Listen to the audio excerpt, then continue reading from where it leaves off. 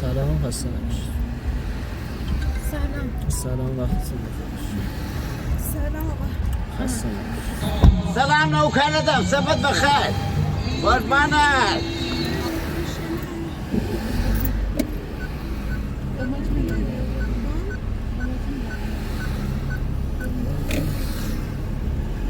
مسیر میشناسید شما؟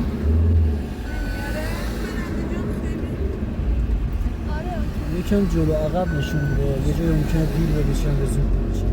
یک تا که باید نپیچیدیم نپیچیدیم.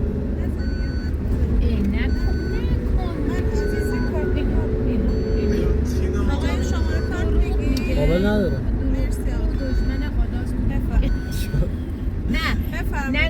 نگو میخوام آنلاین پرداخت کنم. نه اینجوری آقا بگید آقا. نه خدا وقتی یه بزرگترین نشسته باشه اب نداره 014 72 آقا شما بگید 72 plus 9.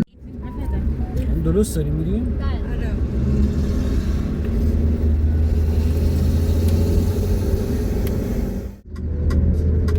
خیابونا اصلا تو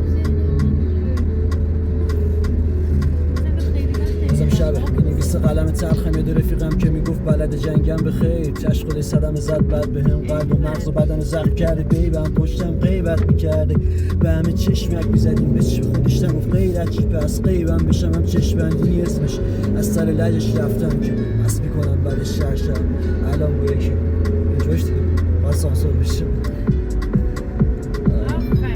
وانه شما روی مسافرت هم عوض می‌کنی. راستش دارم یه ویدیو واسه یوتیوب میگیرم همین الان که مخفیه شما اوکی بذارمش تو یوتیوب جان دیگه می‌خوام یه ویدیو بگیرم. ویدیو گرفتم گرفتی؟ آره ویدیو داره میگیرم همین الان اوکی شما بذارمش تو یوتیوب این لایک نشون بدید فقط باریکلا.